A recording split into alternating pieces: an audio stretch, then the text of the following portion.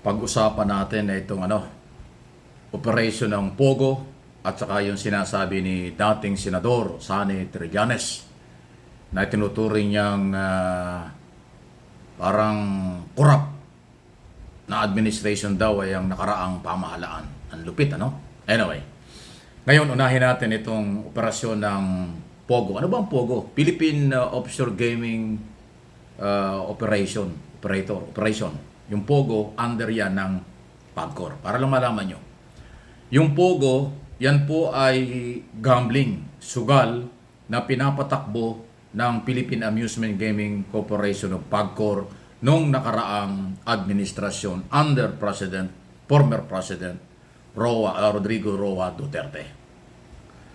At dahil dyan sa policing yan, pumasok at pinapasok ang napakaraming mga Chinese national na kinuhang empleyado at nag-operate ng Pogo dito sa ating bansa. Ibig sabihin, gambling ang galawan. Okay? Sabi nila para makatulong sa business, makatulong sa pagpapalakas ng income ng PAGCOR. Pero ang lumalabas, hindi naman po sapat ang binabayaran at nababayarang buwis sa pamahalaan ng operasyon ng Pogo sa buong Luzon at kung saan-saan lugar, especially sa Metro Manila. At ang masakit dito, na-involve pa sila sa maraming illegal activities tulad ng kidnapping, pagdadala ng mga baril, pang-aaway, at kung ano man po ng mga illegal na gawain sa ating bansa. Na nung nakaraang gobyerno, hindi nasilip. Parang naging okay-okay lang. Kasi raw Pogo at mga Chinese national na winelcome ng ating gobyernong pumasok sa bansa. Kahit na hindi tayo sigurado kung sila ba'y lehitimong manggagawa bilang Pogo or sila ba'y espiya, sila ba ay mga sundalo ng People's Liberation Army at kung ano-ano. So after 6 years ng pamamayagpag sa Pilipinas under Duterte government, ang mga Chinese national sa operasyon ng Pogo, ito na ngayon. Sa ilalim ng ni Pangulong Marcos Jr. administration, nakita na po ang maraming mga naging violation. Dumami ang di umanay estudyante, dumami ang di umanay turista, di umano ay kapitalista or Pogo. Pero pagka inalam mo ang mga operasyon, karamihan ay illegal. Especially dyan sa may bayan ng Banban Tarlac under suspendidong mayor na si Alice Goo. Okay? At dun sa Cagayan, mga estudyante, Pogo at kung ano-ano dito sa Metro Manila. So ngayon, padami na sa mga senador at mga mamayang Pilipinong nais na mawala na itong mga pinagdudahang espiya ng China sa Pilipinas, alisin na raw ang operasyon ng Pogo. Kasi alam nyo bakit? Itong grupo ng nag-ooperate ng Pogo, nakapagtayo ng mga building, nakapagtayo ng mga residential area dito sa ating bansa na hindi malaman kung saan kinuha ang pera at paano ginawa ito.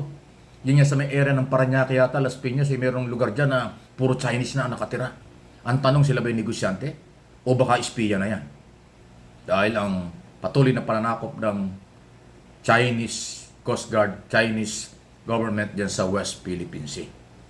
Kaya ngayon, patuloy po ang paghihikayat ng Senado sa ating Pangulo, itigil na, i-stop na itong operasyon ng Pogo. Marami naman pwedeng pagkitaan ng tamang buwis. Di ba binanggit ko sa inyo isang araw na in-expose na yata ni Joel Villanueva, senador, na nasa maraming bilyon, 50 billion ba yun? Basta bilyon-bilyon ang hindi nababayaran na buwis ng operasyon ng Pogo sa bansa. So ibig sabihin, napakaliit pala ng income. Napakaliit pala ng kita ng gobyerno sa Pogo. Bakit pinapayagan pa ito? Itinuturing na nga ngayon ng ating mga senador, lalo na si Senador Ontiveros, na siya chairman ng Committee on Women, Children and Family Relation, na nag-iimbestiga dyan. Sinasabi niya, threat na sa national security ang operasyon ng Pogo. Kaya dapat ipatigil na. Banta na sa seguridad ng bansa ang operasyon ng Pogo na involved ay mga Chinese national na pinagdududahan kung lehitimo o hindi ang kanilang pananatili dito. Yan po sinasabi. Any comment, reaksyon, malaya po kayo sa ating pinag-uusapan dito. Especially dito sa MA Pinoy TV. At dun sa isa pang channel ko, Mike Ave Opinions. Okay? Dahil ito'y opinions, so interpretation, opinion, analysis sa mga nangyayari. Isang issue pa, okay? Angat ituloy ang ilong ko. Yung sinasabi naman ni dating Senador Trillanes na parang sinasabi niya sa kanyang personal analysis at opinion, mas corrupt daw na gobyerno ang Duterte administration kumpara sa iba.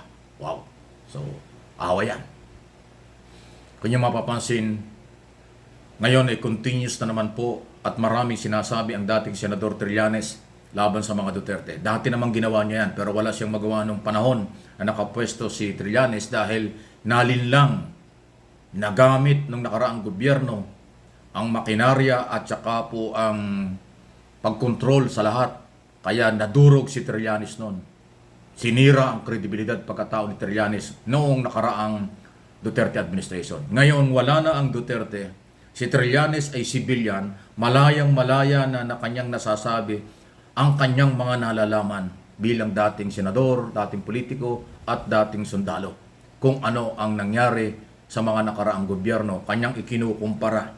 Kung yung mga gulita, yan ay nag-aklas laban kay Gloria Macapagal-Arroyo, kaya nakulong, tapos naging senador. At naging kaalyado yan ng Aquino administration. Pagdating ng Duterte, naging kaaway na, hindi na talaga sila nakakasundo.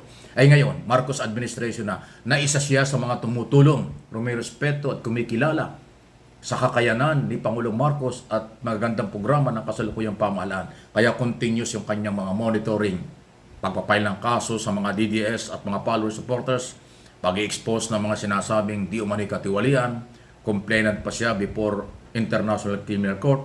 Ngayon ang kanya sinasabi sa kanya daw patingin, mas corrupt ang nakaraang gobyerno kumpara sa iba. Ito ay dahil nga ho doon sa nagputukang mga balita, 47.6 billion sa COVID issue, 129 billion ang di umano'y nagamit na utang para sa COVID pandemic ng mga panahong yon. At marami pang ibang mga akusasyon. So, binubuhay at nabubuhay ni dating Senador Trillanes ang kanya pinaglalaban ng mga panahong yon na wala siyang kontrol dahil malakas ang Duterte administration. Ngayon, dahan-dahan na niyang inilalabas ang lahat. Kaya bumalik yung paniniwala sa kanya ng tao. Yung sinasabing siya hindi ka panipaniwala, ngayon nabaligtad. Pinaniniwalaan na siya. At seryoso siya. Hindi lang ho sa social media o sa media. Nagpapile siya ng mga kaso. Kung yung mga gunita, di ba?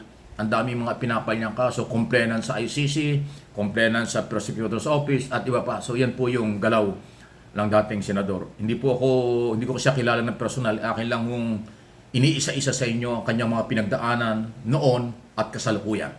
Pero siya ay civilian, dahil wala naman siya sa gobyerno, kaya malaya siyang sabihin kung anong gusto. So ano ang inyong masasabi dyan?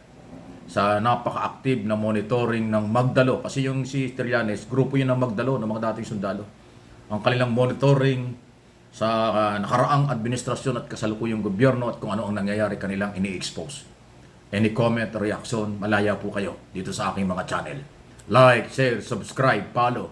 Share po ninyo, forward po ninyo ang aking mga pinag-usapan dito sa aking mga channel, sa inyong mga kaibigan sa buong mundo para makarating ho sa kanila kung ano yung mga totoong nangyayari na ating topic sa araw-araw.